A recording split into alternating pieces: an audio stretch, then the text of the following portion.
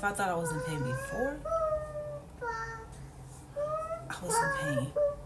Going hella places, find the pieces to the puzzle, but I stay out the streets cause the streets don't love me. Stuck down through the storm, I ain't never fold, never chase a hole, chase it back, I ain't never broke. Niggas acting funny, niggas dummies, I already know when you wanna come up. Hey guys, it's me Dawson. I'm back with another video, and y'all, so today's video I am going to do a sort of, I'm going to do a story time, but I'm also going to do sort of kind of like a little mukbang.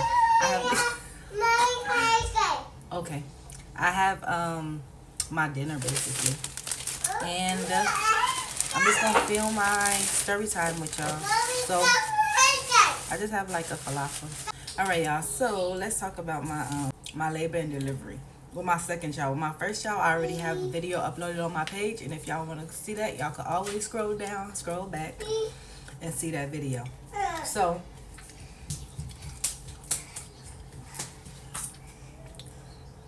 you don't want none? Did you get your sister some? No, I cannot open it. All right, y'all, so my second delivery was traumatic, and like it was terrible. It was like the worst experience I have ever experienced in my life, and that's like one of the main reasons why I'm so scared to have another baby. Even y'all, I'm not pregnant no time soon, but besides that like my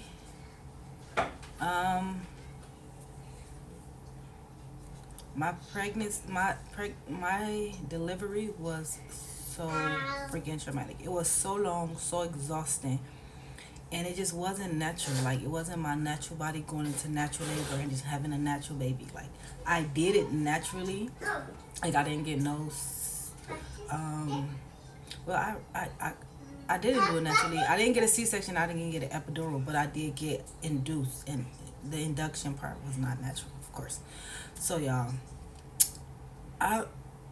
my first pregnancy, my first delivery was so easy. It was just a breeze. It was like, you know, I guess I was in a headspace. I was in a place where I was going to do this regardless of the situation. I didn't really care about, like, I cared about it in the beginning, but as close as I got to like my delivery and my giving birth, I was so headstrong on whatever I need to do was gonna get done. I wasn't too worried about outside you know, influences or outside opinions or outside people. It was just like me and my baby.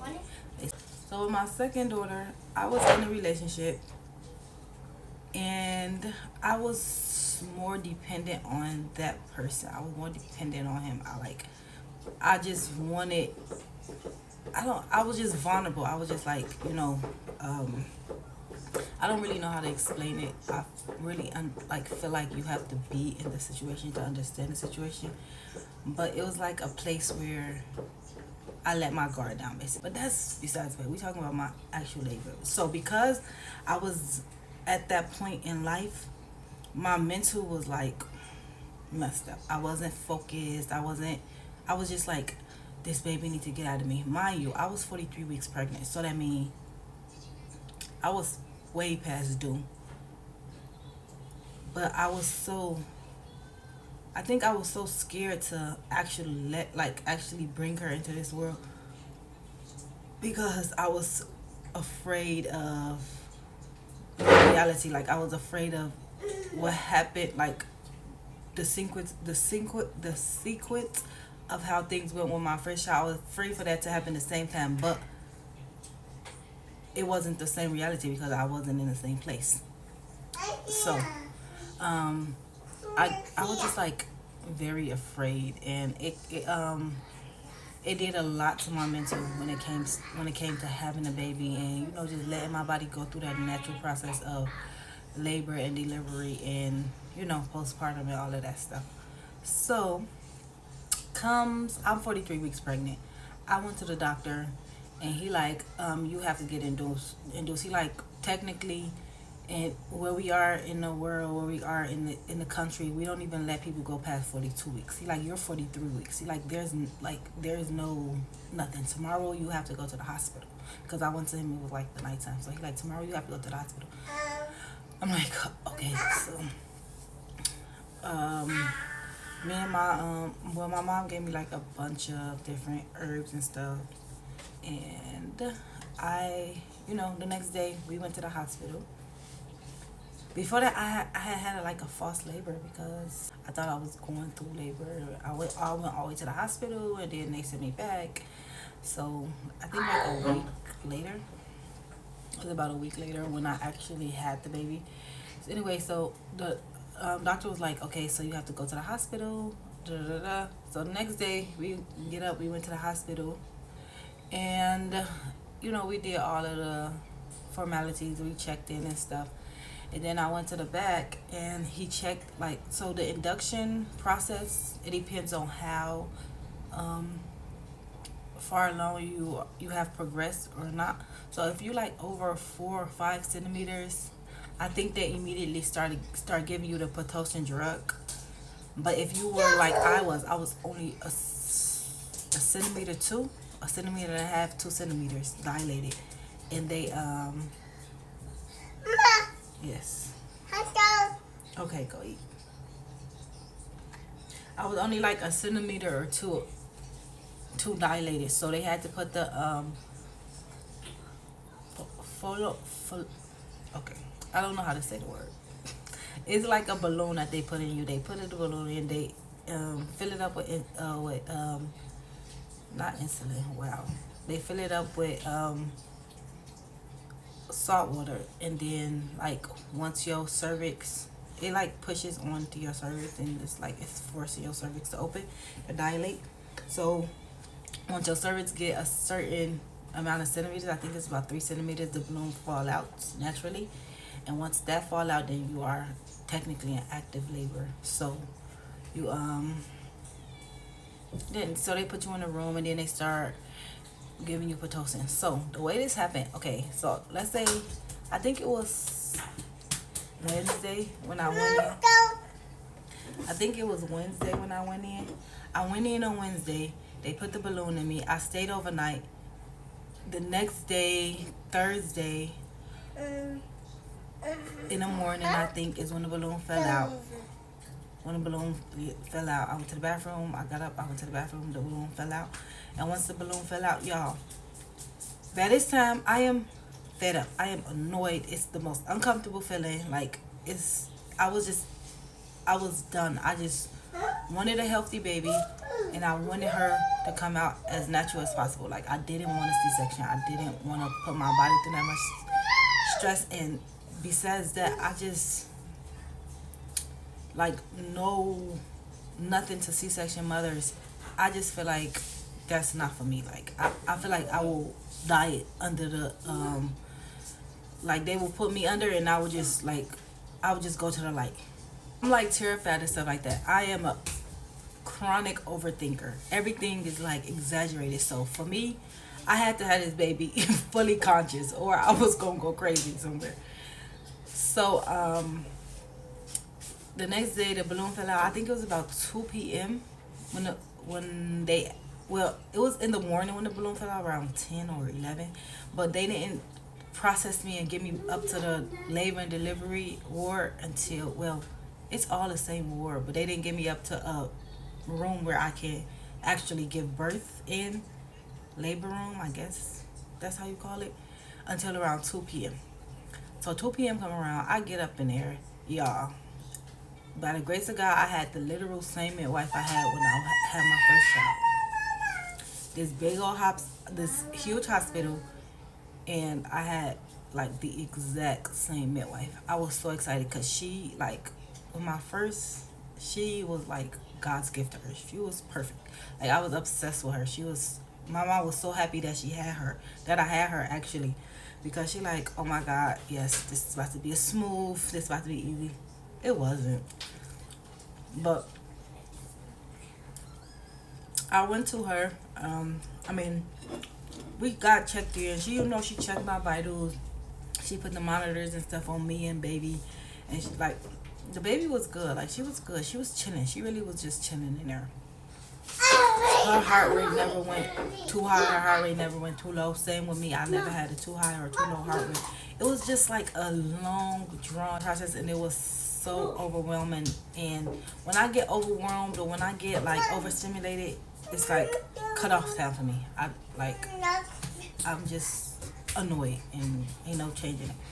So y'all, I get in the room. She checked my vitals. She checked the baby. She put us on monitors, and then she start ministering. If that's the right word? I don't know if that's the right word. But I'll just be saying anything. But she started giving me the Pitocin. And you know they start at a slow dosage. And I'm like, oh, this is cool. My contractions, because at this point, my contractions were so sporadic. It was literally giving Braxton Hicks. So I felt like I still wasn't ready for no labor. Like even during the part, like during the whole time I was at the hospital and they did the induction, the first stage of the induction and all that stuff, I still feel like I was cool. I was chilling. I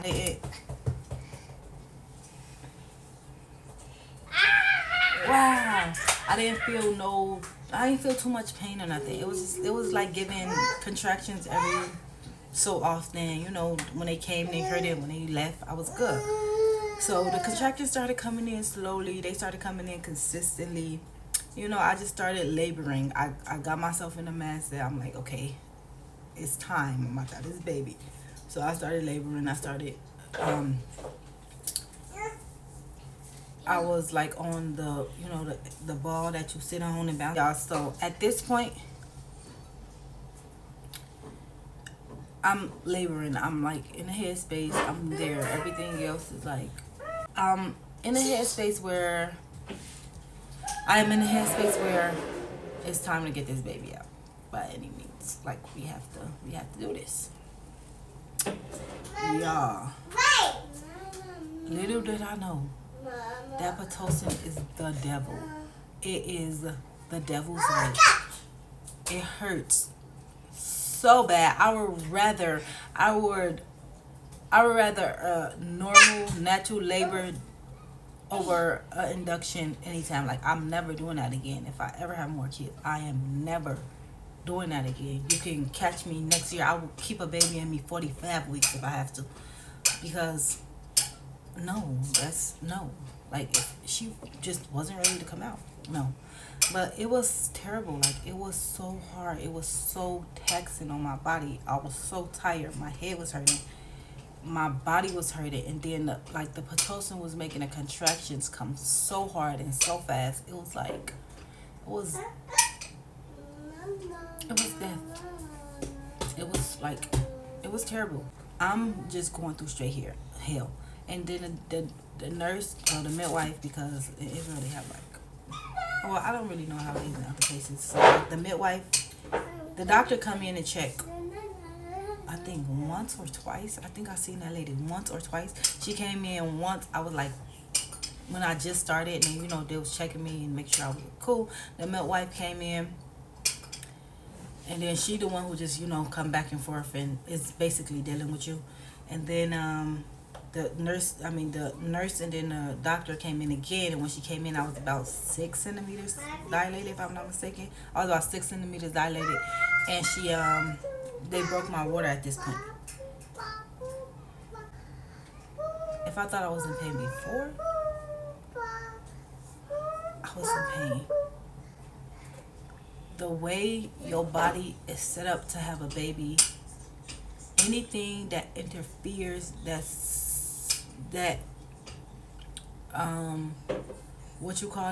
it makes the labor so much harder to go through. Literally. Like, it's like God knew A, B, C, D, E, F, G. If you take A or B, yes. Okay.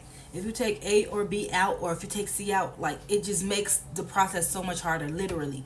Not having water, not having the amniotic fluid for your baby to move through the canal with is pain time. It's like dry, hard. It's like somebody brushing against, like with a lit torch, just brushing against the inside of you. It hurts so bad. It's like the ring of fire. Like, if anybody know, the ring of fire is when you pushing your baby out, when they crown and their head is trying to come through that part is like if you ever heard of anybody talking about labor and delivery, that part is the most challenging part for most people.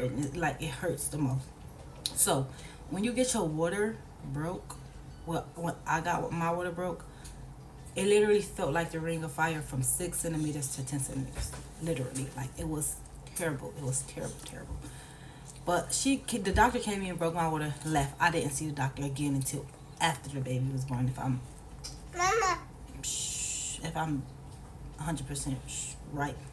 Also, y'all, my vision is a little cloudy when it comes to my delivery with her because it was it was such a traumatic experience. I don't want to remember that. Like it's so hard for me to remember, like, every detail to detail. Anyway, so the doctor left. My wife came back in. At this point, they switching shifts. It's 8 o'clock at night. So from 2 to 8, I'm only at 7 centimeters, if I'm not mistaken. 7, because she came at 12. So she came at 12. So I was like, yeah, I was about 7 centimeters at this point. The midwife, it was a shift switch.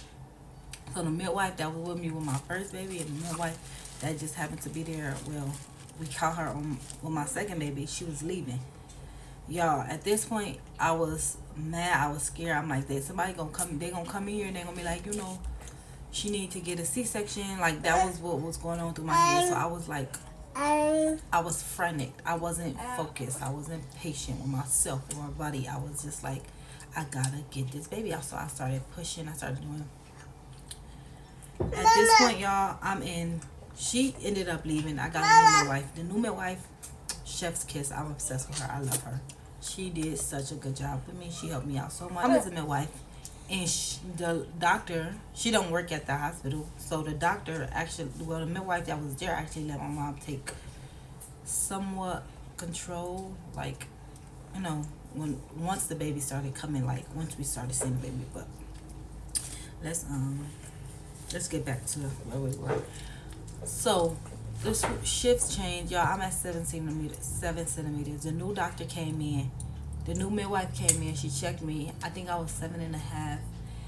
And at this point, I am in all of the pain in the world. Like, there's no more pain that could be administered unto me at this point. Like, I was at 100. I was there. So the midwife was like, your vitals are good. I was just in pain. Like, I was just in pain. I was like, I don't remember. All I remember is screaming every time they did the cervix check. And y'all, it's no need for somebody to go in your coochie that many times. It's honestly no need. They don't have to. The midwife don't have to do it.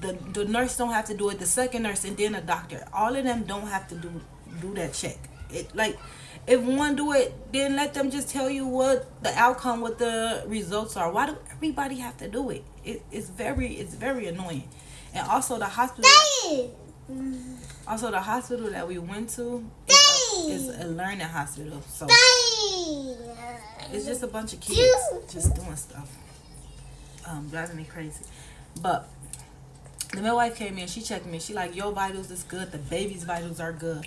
Y'all cool. She like, if you want to, you could go get in the shower. Get a hot shower. I'm like, okay, yes. Y'all, I got in that shower. I was in that shower for at least an hour. I had to be in that shower for at least an hour. The water was on the hottest it could go.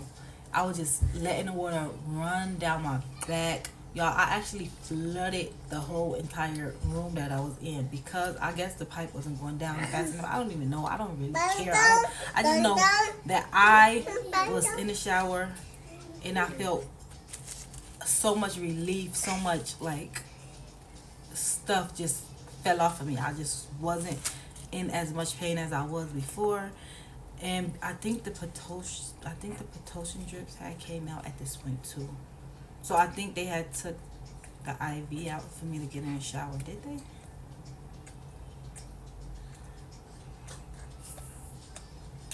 I don't remember.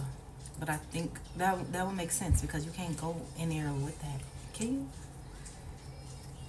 I don't remember, y'all, but I think she took everything off of me and she let me go get in the shower. And I was in the shower for a nice long minute.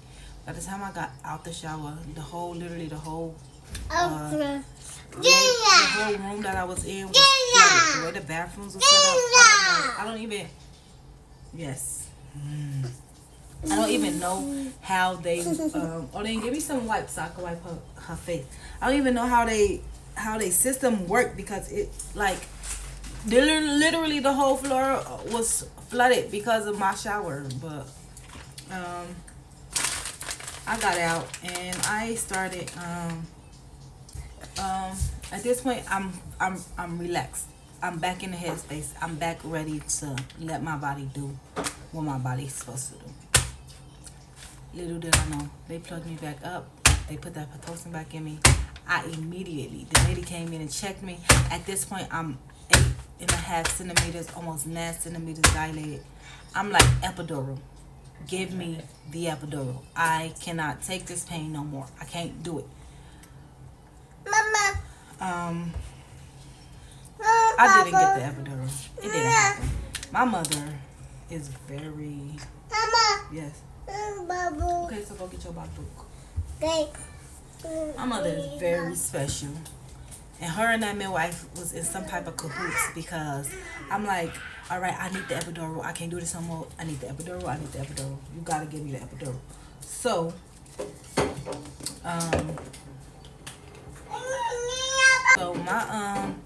my mom like, are you sure you really want it? Cause you know, I'm like, I'm a natural girly. Like when it comes to doing that, I'm a natural girly, and I honestly feel like, for me, my experience, if I had 1,000 more kids, I would do all of them natural. Like I would not get no epidural. I would not because I know my body now and I know what I am capable of and I know what I'm not capable of.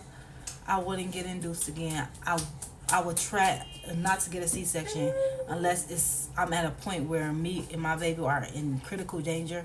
I will do it natural the whole way through, every time. So, yes. All right, so I'm like, epidural.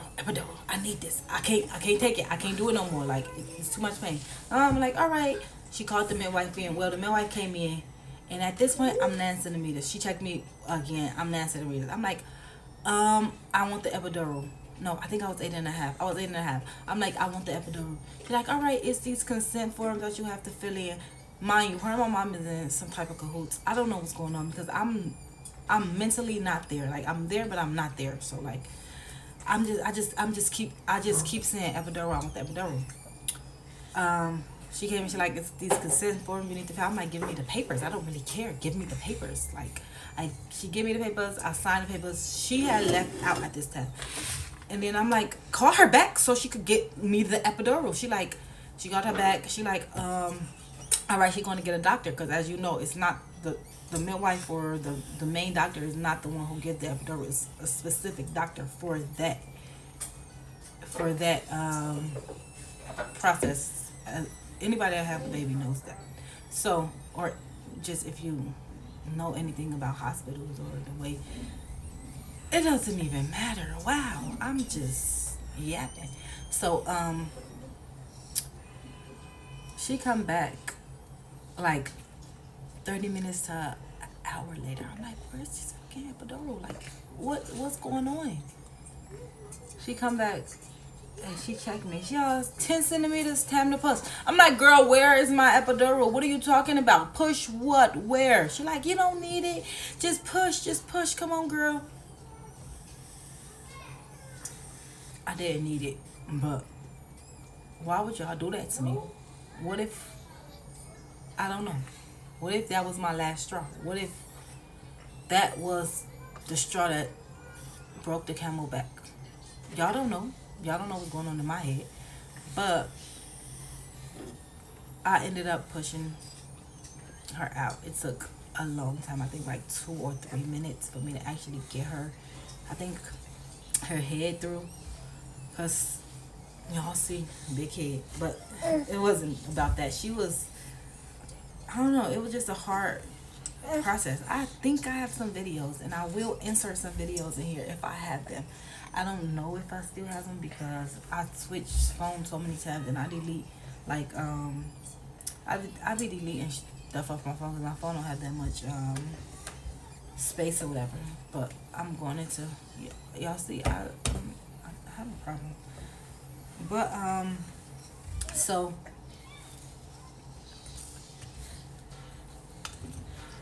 wait,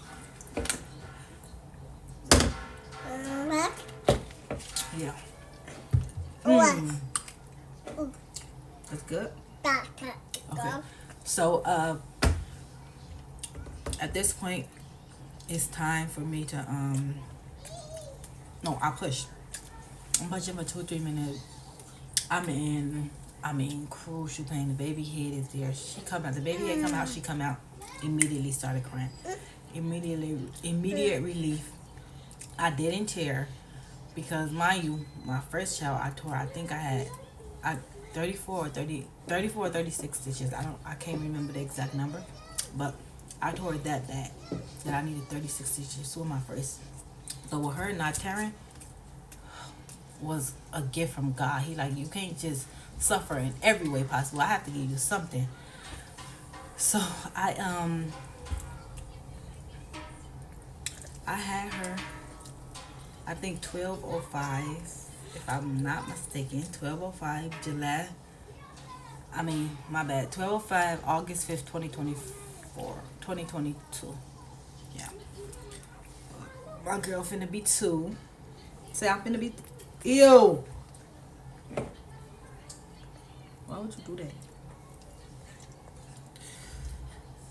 Anyway, I had her, and just she immediately started crying, and I say that because my first child, that girl she was born quiet, and she was born like she. If you know what born quiet mean, you know what born quiet. She was born quiet. She was not responsive for about 2 or 3 minutes, if I'm not mistaken.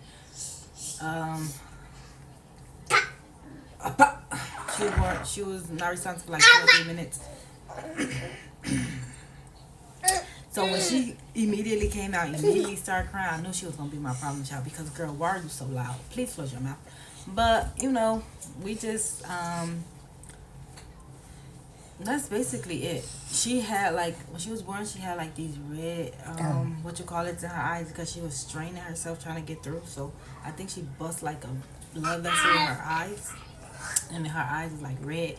I'm gonna try to insert as many videos and as many pictures as I have so y'all can see exactly what I'm talking about. So that was basically it. We did skin to skin, and then they took her to the place where the babies be. Not the NICU because she wasn't premature. She came out 3 kilos 100. 3 kilos 100 or 3 kilos flat. I don't remember exactly, but I'm thinking it was 3 kilos flat or 3 kilos 100. She was not big at all compared to my first child. That girl was basically, she was pushing 4 kilos, and that's a big baby. Like, she was doing too much. But they took the baby. They took her to, what you call that? I delivered my placenta first. Then they took the baby to the back, and then they got all the numbers and stuff. And they did that before they took the baby. They did all of that. Put the wristbands and all that stuff. Then they took us back. They took us up to like the recovery room where I was going to stay for the next 2 days.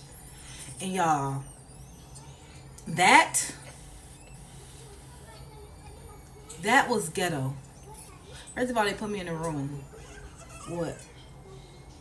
No, like, offense to the mom, but she was not there. She didn't care. or she cared and she just didn't know what to do. It was not her first child because they kept asking her, "Is this your first child?" She like, "No, this is my fifth child," and she just let her baby cry. She really didn't care. Like she was just doing whatever she wanted to do, and I feel her because that's besides that's besides the point. No, but when we went back up there, my 2 days stay in the hospital was also traumatic. It's like everything in my life just wanted to be a trauma experience, because why would y'all have a war? Why would y'all start throwing bombs? And I just had a baby. Why would y'all do that?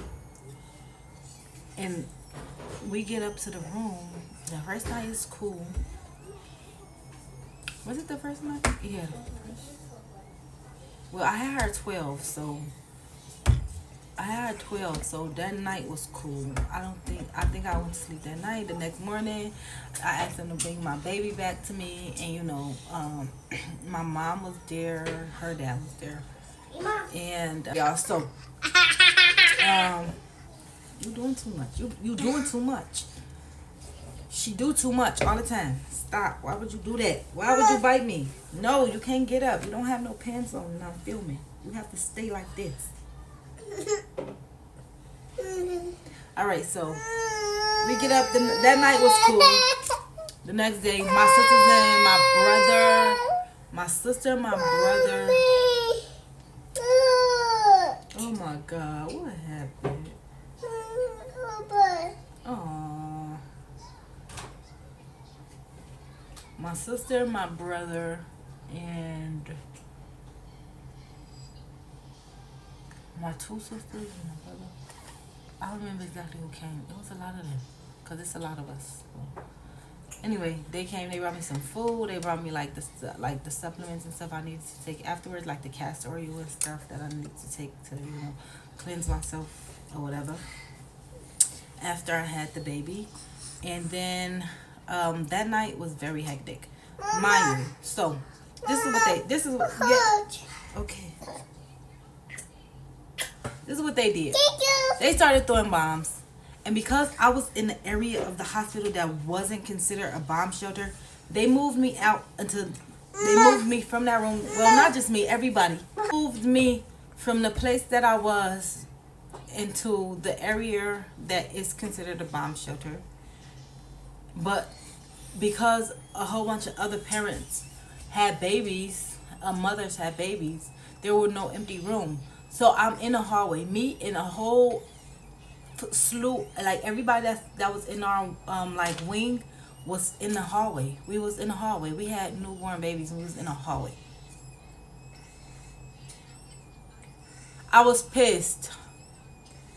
And I'm like, okay, so when is the earliest I can get out of here? They like, this amount of hours, if it come back, if we do all the checks on you and the baby, and this amount of hours, you can leave. So I didn't have to stay the whole 2 days. I could leave like in, I think it was 40, no, it wasn't 40 hours. It was like, I think it was 24 hours. Or, I don't remember the amount of hours it was. But anyway, I'm like, okay, cool. I'm like, that's easy. We about to leave. So I'm like, all right. Told my sister to call her husband because her husband was going to take us back, whatever. So he like, oh, we might be leaving today or whatever. They do the check. They check me. Everything is good. I could leave. They check the baby. They check her heart. They say they hear something in her heart. Now we have to wait a whole nother day to get an EKG. No, not EKG. We gotta wait a whole nother day so they could do an ultrasound on her heart. I think that's EKG. Is it? I don't know this. I don't know the terms. They had to see if what she heard through the was right.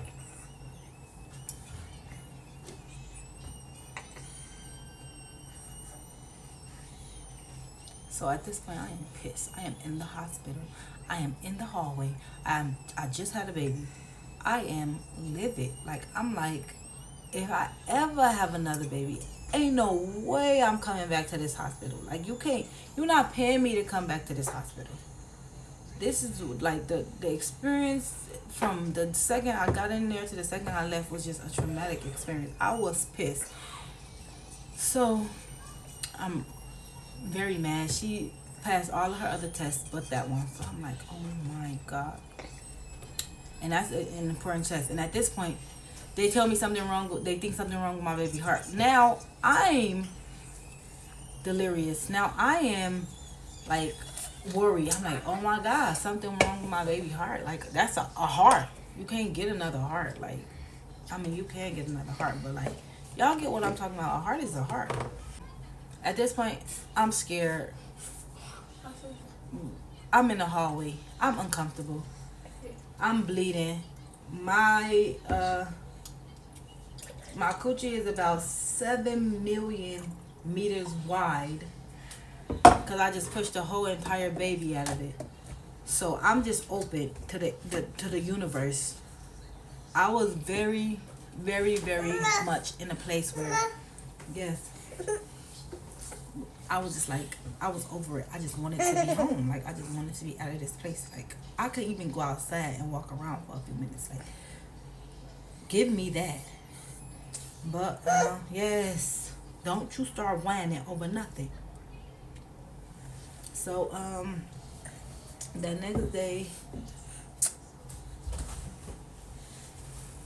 next day was Saturday, because I had her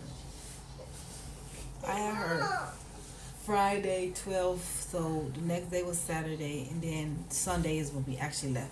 Anyway, Sunday come around, they do the test, they do all the tests, and then they like, it's nothing to worry about. Like, whatever she heard, she like, it's not, like, it's nothing to worry about. It's something that might, progress, it might not progress, and she's like, 9 times out of 10, it doesn't progress with kids. So I'm like, okay, cool. Like, I'm not worried no more. I'm like, we good. So we called a friend. Well, they checked us. They checked me. They just checked the person that checked me. Actually, the doctor that came to check me and the baby was a doctor that I saw when I initially got admitted. He like, you still here? Like, what? So Wednesday I went in. I didn't leave until Sunday that next day. He like, girl, you still here? You had a natural birth. What is going on? Why are you still here? Like, you did not have a C-section. Why are you here? I'm like, you asking me these questions. Please discharge me. So he discharged me, and we went home, and this baby has grown and grown ever since. If y'all liked my video, don't forget to like, comment, and subscribe. Turn on that notification bell so y'all can be updated with all my new posts. And with that being said, see y'all next video. Alright, y'all. So my next story time, I'm gonna tell y'all. I'm gonna get deep. I'm gonna get deep with y'all about my postpartum experience, because only God knows how terrible my first year with her was. It was hell. But